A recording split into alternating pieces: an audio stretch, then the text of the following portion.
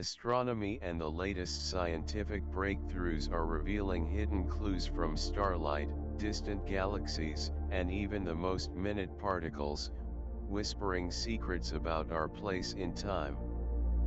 They prompt us to wonder, are we at the dawn of existence, in the middle of a cosmic pause, or perhaps approaching a final chapter? Today, we explore the fundamental question of just how old our universe truly is. For decades, scientists have sought to pin down its precise age, and a figure that has been repeatedly confirmed and cross-referenced through various methods is 13.8 billion years. What makes this number so robust today is not a single measurement, but the convergence of independent techniques that use entirely different chapters of the cosmic story to build their case. One of the most vital signals comes from the faint afterglow of the Big Bang, known as the cosmic microwave background.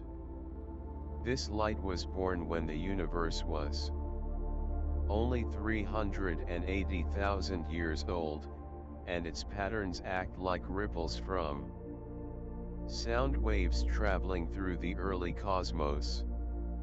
New instruments, such as the South Pole Telescope and the Atacama Cosmology Telescope in Chile, have now provided the most precise measurements of this ancient light. Their recent findings reveal structures in the polarization of the cosmic microwave background so fine that even the Planck satellite from a decade ago could not resolve them. By calculating how these tiny ripples evolved over billions of years, scientists can trace history backward with an error margin of only a few percent, arriving once again at 13.8 billion years. However, researchers do not rely solely on the light of the early universe, they also look toward the oldest stars within globular clusters. These dense, ancient star systems serve as natural cosmic clocks. One of the most intensely studied clusters, M92, is estimated to be nearly as old as the universe itself. By comparing the brightness of these stars with sophisticated computer models of stellar evolution, astronomers can refine their estimates of how long they have been burning. The European Space Agency's Gaia mission has vastly improved this process by mapping the motion and distance of stars with incredible precision. Using this data, researchers have narrowed the age of the oldest stars to a range between 13.6 and 13.9 billion years, aligning almost perfectly with the results from the cosmic microwave background. Another key piece of the puzzle comes from the expansion rate of the universe, often referred to as the Hubble constant. This number tells us how fast galaxies are moving away from each other today. From this, scientists can reverse the clock to a time when everything was in a hot, dense initial state. For years, a puzzling discrepancy existed between local measurements from nearby galaxies and global values based on the early universe, a conflict known as the Hubble tension. However, recent observations from the Hubble Space Telescope and the James Webb Space Telescope have brought these two methods closer together. Local measurements now hover around 70 kilometers per second per megaparsec, while calculations based on the cosmic microwave background sit near 67. These values are now close enough that they no longer provide radically different answers for the age of the universe. Some scientists suggest that our Milky Way might reside within a vast, low-density cosmic bubble, which could slightly alter our perception of expansion. If this local bubble hypothesis is confirmed, it might shift the age estimate by a few 100 million years, but it would not overturn the grand narrative. The overwhelming agreement across independent methods suggests that the age of the universe indeed lingers around that 13.8 billion year mark. What is truly impressive is how distinct these methods are. One reads the faint glow on the baby picture of the universe, another studies the oldest stars still shining today, and a third tracks the movement of contemporary galaxies. These three paths utilize entirely different physics yet converge on almost the same value. Such consistency in science is as rare as it is powerful. As observatories like the Simons Observatory and upgraded telescopes in Antarctica come online, these predictions will likely become even more precise. These tools will map the cosmic microwave background with finer detail and capture the subtle changes in light as it travels through cosmic structures. At the same time, better statistical methods are being applied to globular clusters, accounting for helium levels, dust, and variations in chemical composition to more accurately infer stellar ages.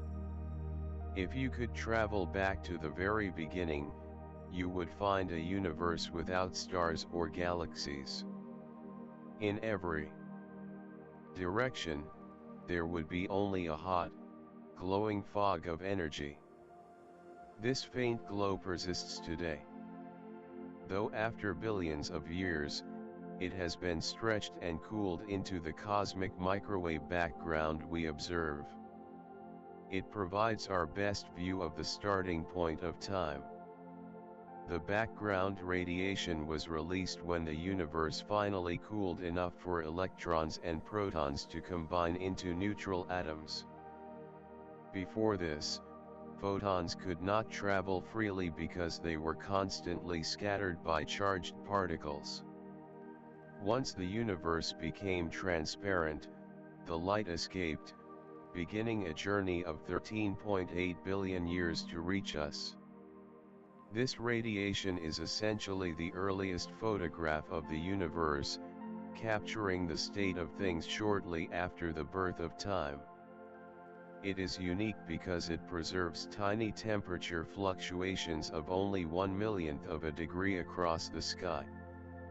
These textures were left by sound waves moving through the hot, viscous plasma of the early universe, marking the seeds of future galaxies and stars. Modern telescopes have turned these ancient ripples into some of the most precise measurements in science. While the Planck satellite set a high standard, newer stations are pushing the boundaries further by mapping not just temperature but also polarization, the subtle twisting patterns in the light. This polarization tells us how matter and energy flowed in those first few 100,000 years and provides evidence for the extreme expansion that occurred in the first fraction of a second. Each improvement in these measurements refines our understanding of the cosmic timeline and reveals the proportions of ordinary matter, and dark energy. For instance, detailed analysis shows that dark energy only began to dominate the expansion billions of years ago, suggesting we are living through a transitional era rather than the end of the story. Long before our sun was born, there were stars entirely different from those we see today. Astronomers call them population 3 stars. Although we have never seen them directly, their fingerprints are everywhere. They were the first generation of stars to be born, effectively starting the chemical clock of the universe. Before them, there was only darkness and cooling gas. After them, there was light, heavy elements, and the building blocks for everything that followed. These first stars formed roughly 100 to 200 million years after the Big Bang, a period known as the Cosmic Dawn. At that time, the universe was a simple mix of hydrogen and helium, lacking carbon, oxygen, or iron. This is crucial because the gas that forms stars today requires heavier elements to act as heat sinks to cool and collapse efficiently. Without these metals, the first generation of stars formed under different conditions, growing to be hundreds of times the mass of our Sun. They burned fast and died young, some living for only a few million years. These ancient giants were the first heavy element factories in the universe, forging carbon and oxygen in their cores and scattering them across space when they exploded as supernovae. Every subsequent generation of stars was born into an environment enriched by these metals. Without this first wave of contamination, there would be no rocky planets, no oceans, and no life. While we cannot see population 3 stars directly because they vanished eons ago, their traces remain in the oldest surviving stars. Astronomers search the Milky Way for metal-poor stars that were born from the gas enriched by those first supernovae. Some of these fossil stars show unusual chemical ratios that match theoretical predictions for the aftermath of the first stellar explosions. With new technology, we are getting closer to witnessing these first stars indirectly. The James Webb Space Telescope has already identified galaxies that formed just 300 million years after the Big Bang, showing chemical signatures that could only be produced by population 3 stars. In the future, as giant ground-based telescopes come into operation, we may capture the light of these first-generation stars as they are forming. They also played a role in ionizing the universe, stripping electrons from hydrogen atoms and allowing light to travel through what was once a cosmic fog. In this sense, the first stars gave us not only the elements of life but also our ability to see. When you look at the stars at night, it is easy to assume they have always been there, but we live in a specific stage of cosmic history. Star formation is slowing down, and the universe is no longer as star-dense as it once was. We are living in the cosmic afternoon, still bright and full of life, but past the peak of the cosmic noon that occurred 10 billion years ago. Back then, galaxies were denser and bursting with activity, forming stars at a rate 1,000 times faster than they do today. The primary reason for this slowdown is the exhaustion of fuel. Most of the cold hydrogen and helium gas available after the Big Bang has already been consumed, leaving us in a quieter, more stable era of the universe's long journey. Massive stars burn through their nuclear fuel at an incredible pace, eventually ending their lives in spectacular explosions that either hurl gas into intergalactic space or heat it to such extreme temperatures that it can no longer collapse into new stars. Imagine a once lush forest that has endured a massive wildfire. Life remains, but the flammable materials that once fueled such a grand blaze are nearly exhausted. Today, the residual gas within galaxies is often too warm, too diffuse, or locked into stable orbits, making the efficiency of new star formation far lower than it once was. Another contributing factor is dark energy and the accelerating expansion of the universe. Eons ago, galaxies were closer together and collided more frequently. These cosmic collisions would trigger massive bursts of star formation as gas clouds met head-on. However, as dark energy pushes space-time further apart, such encounters are becoming rare. While there are still grand events on the Horizons such as the collision between our Milky Way and the Andromeda Galaxy in about 4 billion years. These will be the final flickers of a fading fire. That merger will ignite a brief, spectacular burst of star formation, filling the night sky with a rain of new light, but such events are destined to become scarce as the universe grows quieter with every passing epoch. Today, the Milky Way produces only 1 to 3 stars each year, a mere trickle compared to the thousands of stars it once birthed annually. Furthermore, most of these newcomers are low-mass red dwarfs rather than the dazzling, massive blue giants of the past. Red dwarfs are incredibly energy efficient, capable of burning for trillions of years, but they contribute very little to the overall luminosity of the cosmos. The short-lived blue giants that once made ancient galaxies shine as bright as day are now a rarity.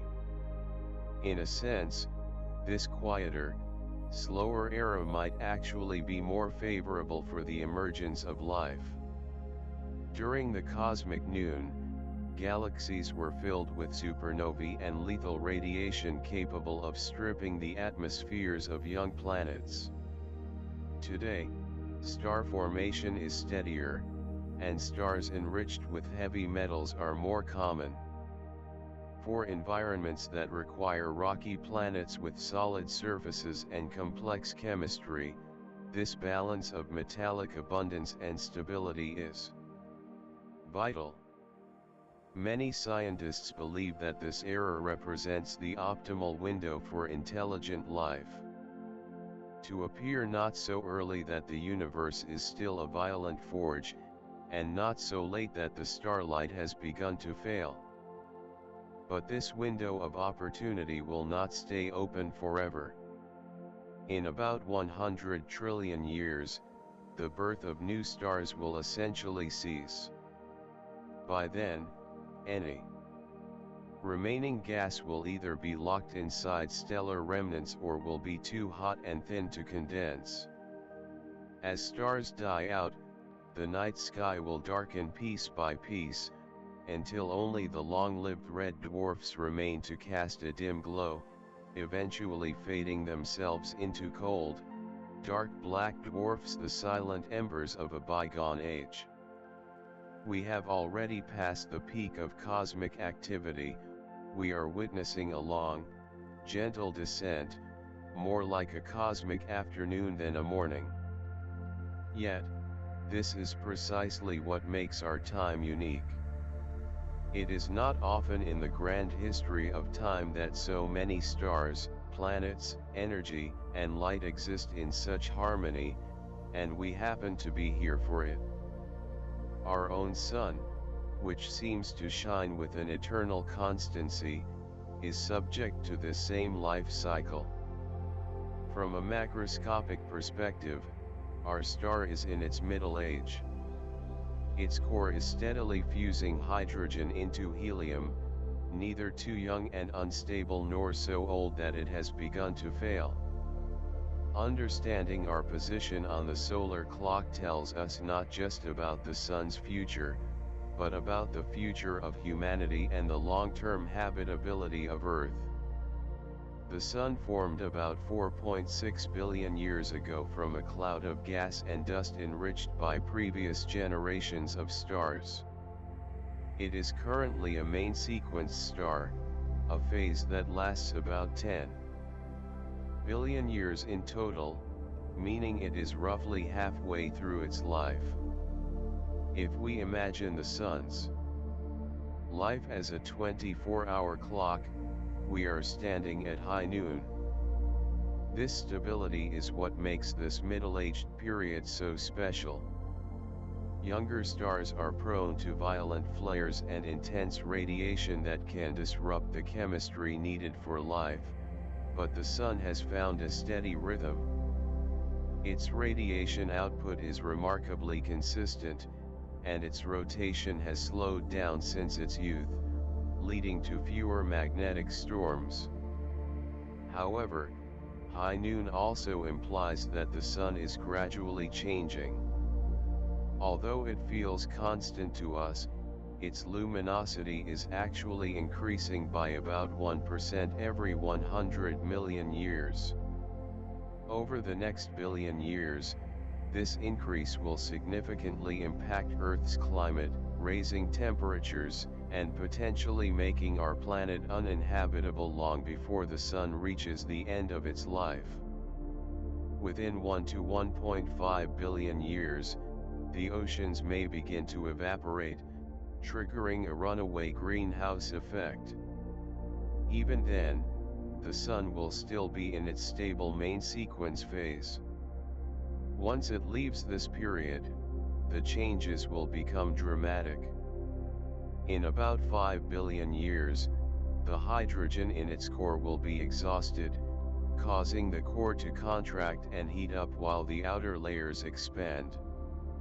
The sun will swell into a red giant, potentially engulfing Mercury, Venus, and even Earth. It will take on a golden hue, but its sheer size will make it far brighter than it is today, turning the inner solar system into a scorched wasteland. This red giant phase is relatively brief compared to the billions of years of stability that preceded it. Ultimately, the sun will shed its outer layers into space, forming a planetary nebula and returning heavy elements to the interstellar medium. What remains will be a white dwarf, an object about the size of Earth but retaining half of the sun's original mass. It will slowly cool over trillions of years until it becomes a cold black dwarf, a silent monument in the cosmic graveyard. Our perception of time suggests it is absolute, that a second is a second regardless of where you are. But on the grandest stage of the universe, time behaves differently. As space expands at an accelerating rate, the way we perceive and read the cosmic past is shifting. Galaxies are racing away from one another faster and faster, and the further we look into the future, the more alien the flow of time appears. This expansion, discovered by Edwin Hubble in the 1920s, revealed that nearly all galaxies are receding from us. While scientists once thought gravity would eventually slow this expansion, observations of distant supernovae in 1998 proved the opposite. The expansion is accelerating. A mysterious component known as dark energy is pushing space apart.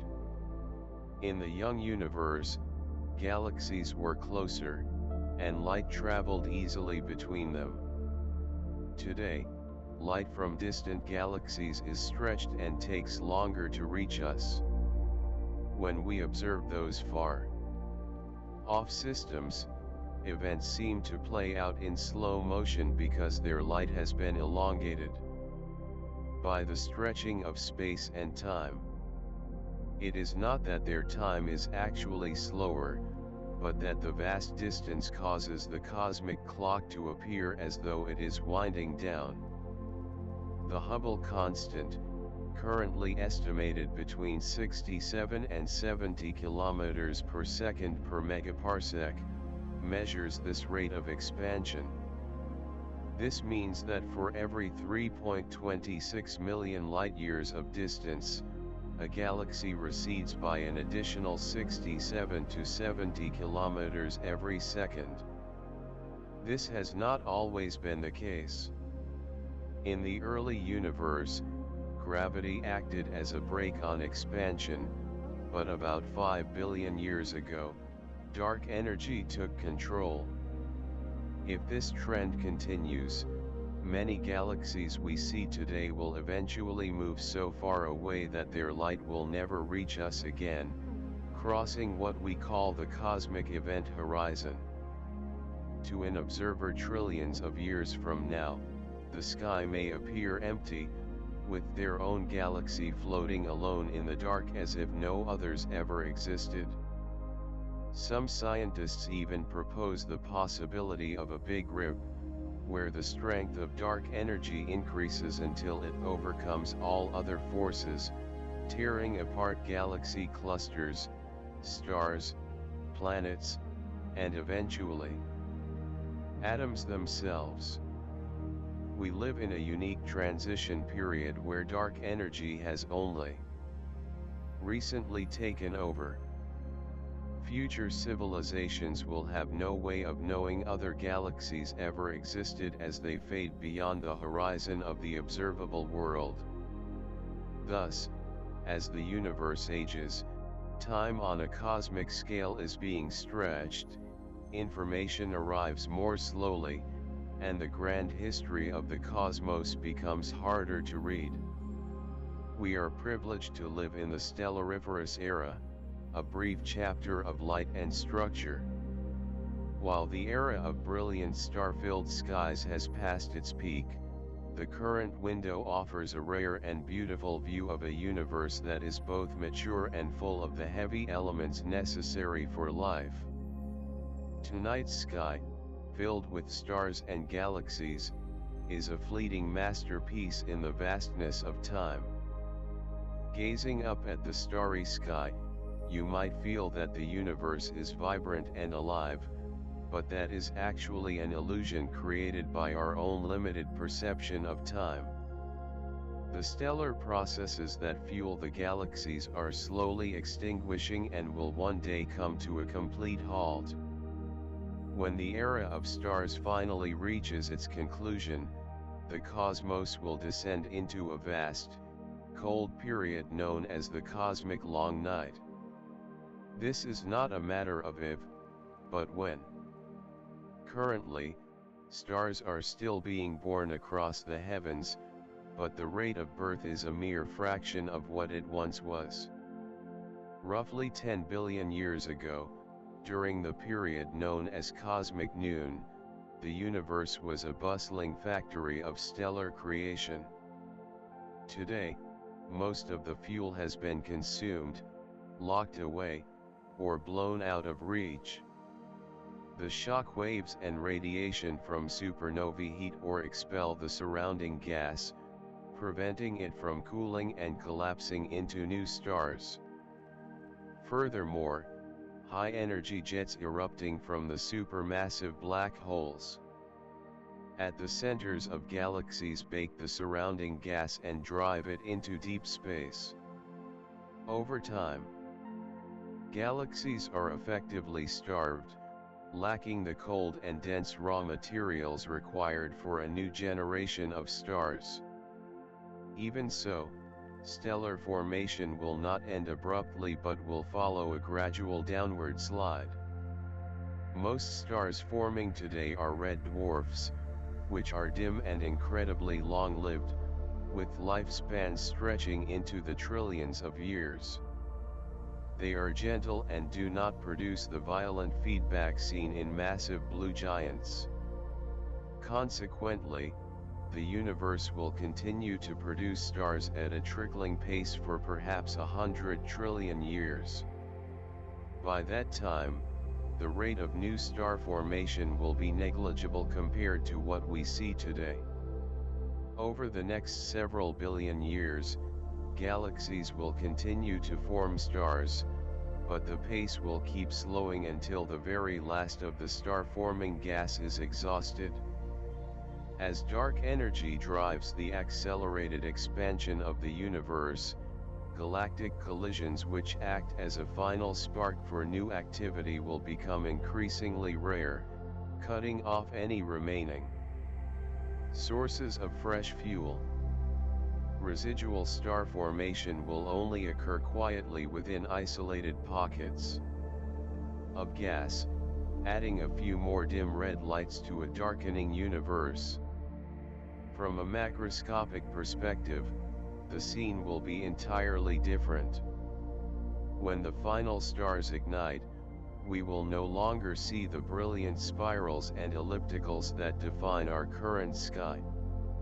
Instead, they will be replaced by faint, long-lived stars that are slowly cooling and vanishing. White dwarfs will eventually fade into black dwarfs, neutron stars will sit in silent hesitation, and black holes will remain as the largest and heaviest relics of a bygone age. The universe at that time will be a graveyard version of the star-filled world we know today.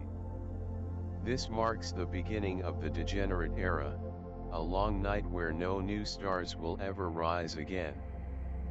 Returning to the present, compared to that distant future, we are still living in the youth of the universe, yet from a larger perspective, the downward slope has already begun.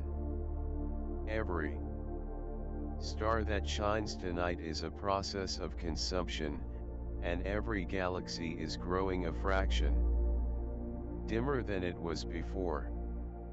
The golden age of star formation will not return, and the universe has already set foot on the path toward the long night. Yet, for us, this is a gift. At this moment, the universe is still filled with light, and countless stellar systems are burning in the night sky. We live in a rare and beautiful era that will be completely unattainable to an observer trillions of years from now. The ingredients required for life were not present at the beginning of time. The first few seconds after the Big Bang produced only hydrogen, helium, and a small amount of lithium, which was far from enough to create planets, oceans, or cells.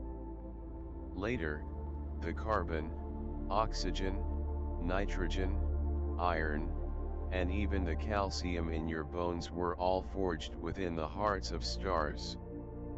These heavier elements accumulated slowly throughout the cosmos. Interestingly, this process has a peak, and we might be living in the optimal window for the growth of life. The first generation of massive stars scattered heavy elements into space through supernovae. Since then, every generation of stars has recycled and reprocessed interstellar material, making the gas increasingly enriched with metals. Over billions of years, this gave rise to chemically complex nebulae capable of forming rocky planets like Earth. However, there is a delicate balance involved. If there are too few metals, it is difficult to form solid planets.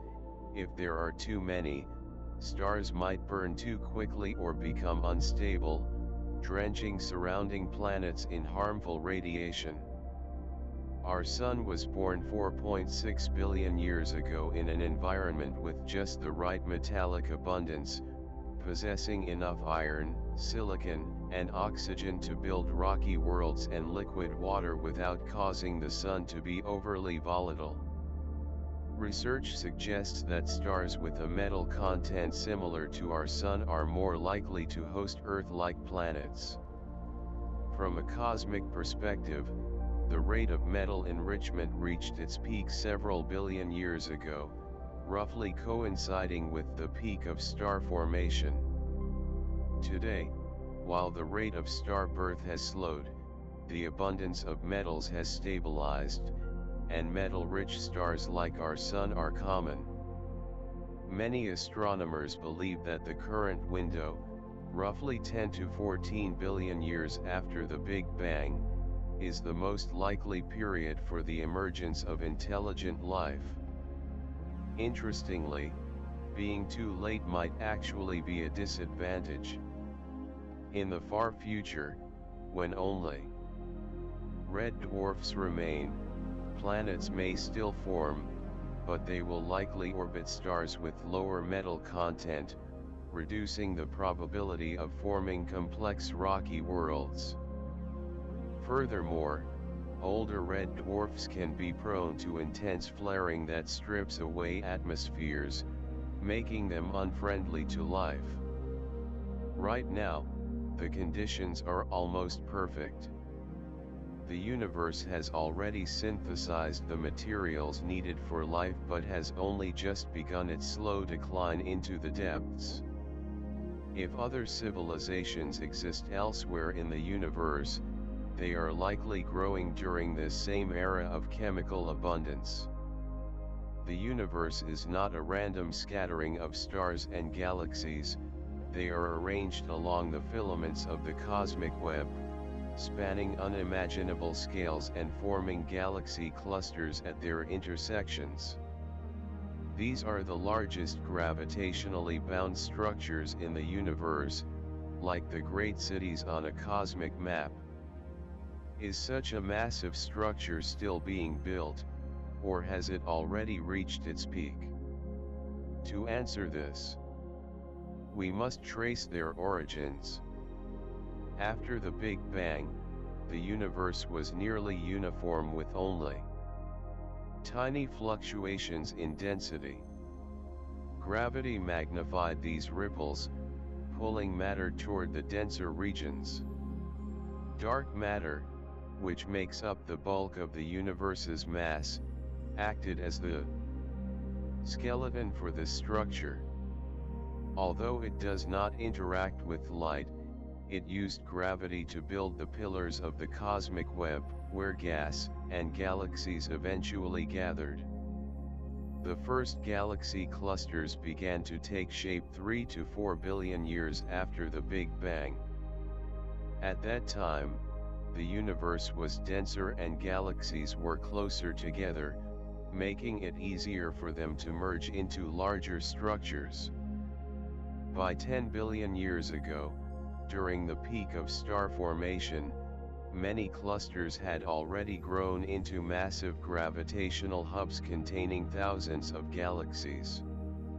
Today, these structures are still growing, but the speed has slowed significantly. While the largest clusters were assembled billions of years ago, new matter continues to fall into them. X-ray telescopes show that galaxy clusters are constantly consuming smaller groups and streams of hot gas like living organisms.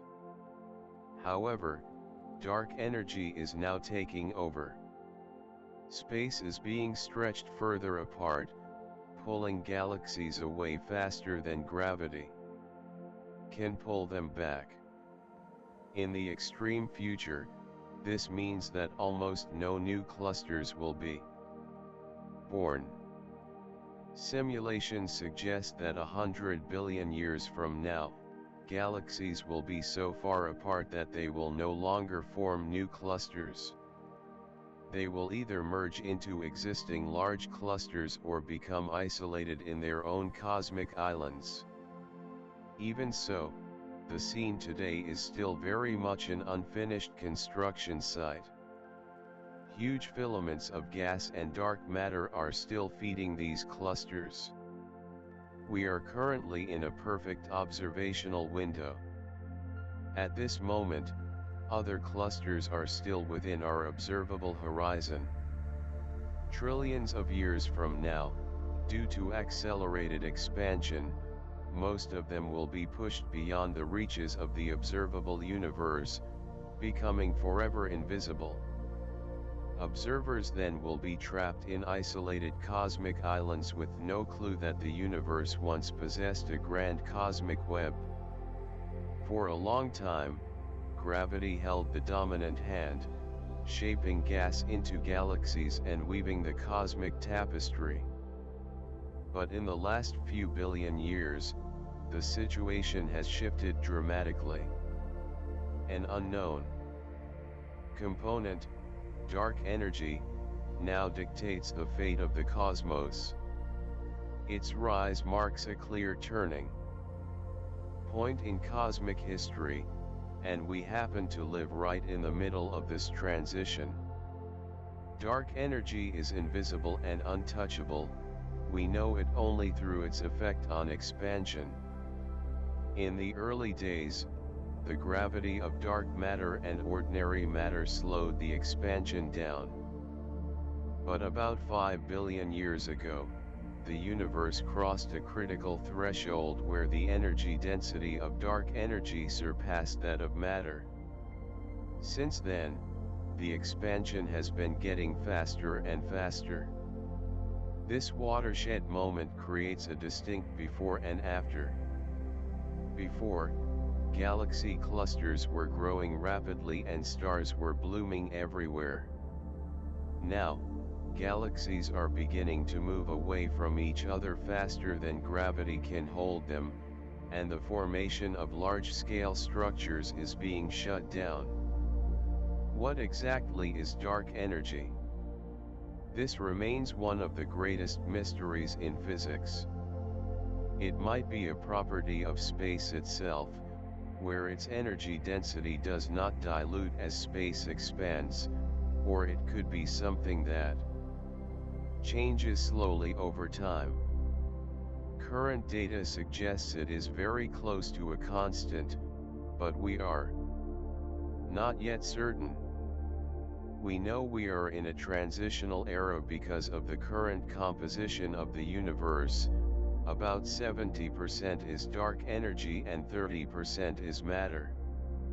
This was not the recipe of the early universe, but it is the unique proportion of the universe in its middle age. In several billion years, dark energy will insulate galaxies from one another, and their light will no longer be able to reach each other. Millions of years ago, the effects of dark energy were buried by the gravity of matter.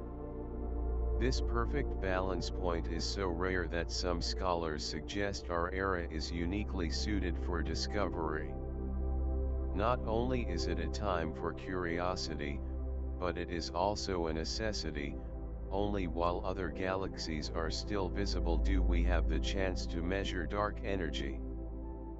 Future civilizations may never even know that the Big Bang occurred or that other galaxies once existed. Recent observations from dark energy surveys and the James Webb Space Telescope are refining this portrait. While the behavior of dark energy currently aligns with a cosmological constant, there are slight anomalies suggesting it might change very slowly. This transition period also affects the prospects for life. As dark energy begins to take hold, galactic collisions still occasionally trigger starbursts, but billions of years from now, such encounters will be rare. This supports the idea that now is the best time for the formation of metal-rich stars and planets, and perhaps the most flourishing age for life. From our perspective, the Milky Way seems still and serene, but on a cosmic time scale, it is in motion. It is heading straight for its largest neighbor, the Andromeda Galaxy. A grand event that will rewrite the night sky is already on a countdown. Currently, Andromeda is about 2.5 million light-years away, approaching us at about 110 kilometers per second. At this rate, the two will collide in 4 to 5 billion years. This coincides roughly with the time our Sun will enter the final stages of its life as a red giant. The collision does not mean stars will physically crash into each other, as the space between them is vast. Instead, gravity will reshape the galaxies, and their clouds of gas and dust will clash, triggering a final wave of intense star formation. Brilliant, massive blue stars will briefly illuminate the merging system. After about a billion years of gravitational tug-of-war, the Milky Way and Andromeda will merge into a single, giant galaxy. Our Sun will likely be thrown into a new orbit, perhaps further from the galactic center. From Earth, this would be a spectacular sight as Andromeda grows to fill the entire sky, twisting and merging into a grand new structure. This merger marks a new phase in the life of our galaxy. While the Milky Way and Andromeda are currently forming stars at a modest pace, the collision will briefly reignite this fire before finally exhausting the last of the cold gas reserves. Following the merger, the newborn Milkometa will slowly fade within its ancient stellar population, eventually entering the quiet, dormant phase that characterizes many of the elliptical galaxies we observe today. This is not an anomaly of the cosmos. Galactic mergers were incredibly common in the early universe when galaxies were much closer together. However, as dark energy continues to accelerate the expansion of space, such mergers will become increasingly rare in the distant future. Eventually, the immense distances between galaxies will ensure they never meet again, each becoming an isolated island universe. In this sense, we live in a privileged moment where galaxies have matured into grand structures, yet major mergers are still possible. Long after this union, Milkometa may still cross paths with smaller satellite galaxies, adding to its stellar population. Over trillions of years, these remnants will eventually settle into a calm, featureless collection of aging stars and white dwarfs, marking the final curtain call for star-forming galaxies. In terms of the timeline, the first close encounter will occur in roughly 4 billion years, with the process concluding in 5 to 6 billion years. The final merger will be complete within 10 billion years, which, on a cosmic scale, is practically just around the corner. If you could travel back 11 billion years and look up at the night sky, what you would see would be vastly different from today. The light from distant galaxies would be far more dazzling. Astronomers refer to that period of peak brightness and rapid star formation as cosmic noon.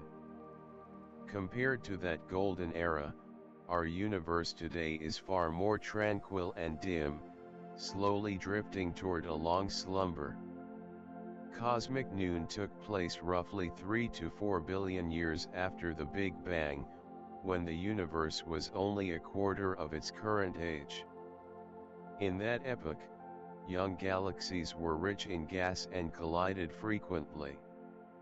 These constant interactions compressed massive clouds of gas and dust, triggering intense bursts of star formation.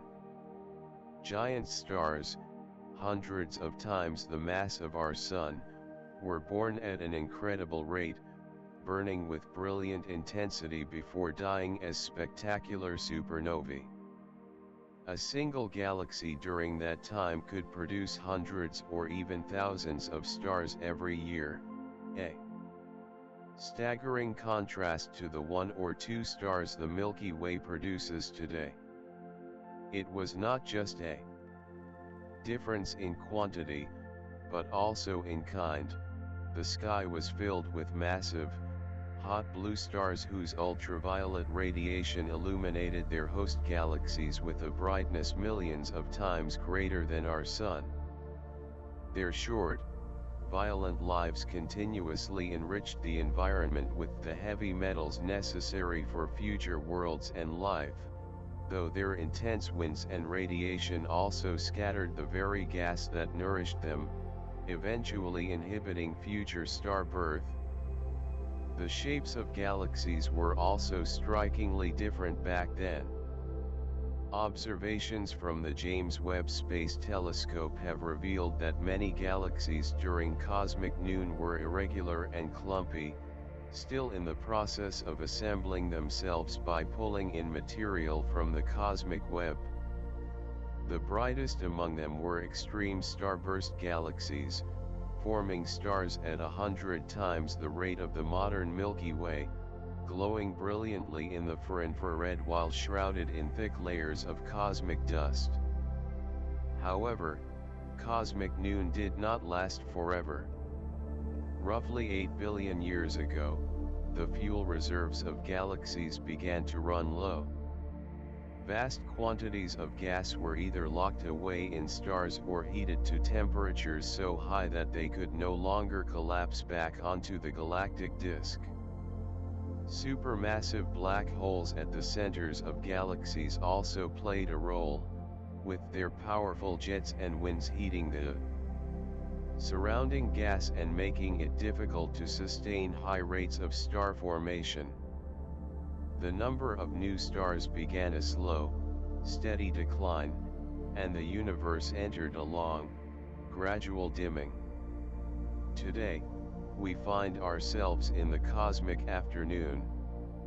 Stars are still being born, but they are only a fraction of what they once were, with most newcomers being long-lived red dwarfs. These stars will dominate the future, but they can never recreate the sheer brilliance of the past. The Milky Way and other large structures have stabilized, no longer tearing themselves apart as frequently as they did billions of years ago. For the prospects of life, this transition is actually good news. While cosmic noon was visually spectacular, it was also dangerous, characterized by frequent supernovae and intense radiation. Our current era of stability, filled with stable and metal-rich stars like our Sun, is far more conducive to the formation of habitable planets. If intelligent life exists elsewhere in the cosmos, it is most likely flourishing right now, rather than during the harsh and blinding conditions of the distant past. Nevertheless, the greatest light show of the universe has already taken its final bow. As galaxies exhaust their remaining gas, the night sky will grow even darker over the coming billions of years. Whenever we point our most powerful telescopes toward the farthest reaches of space, we are not just looking across vast distances, we are looking back in time to a high-energy era that we can never experience firsthand. That concludes our sharing for today.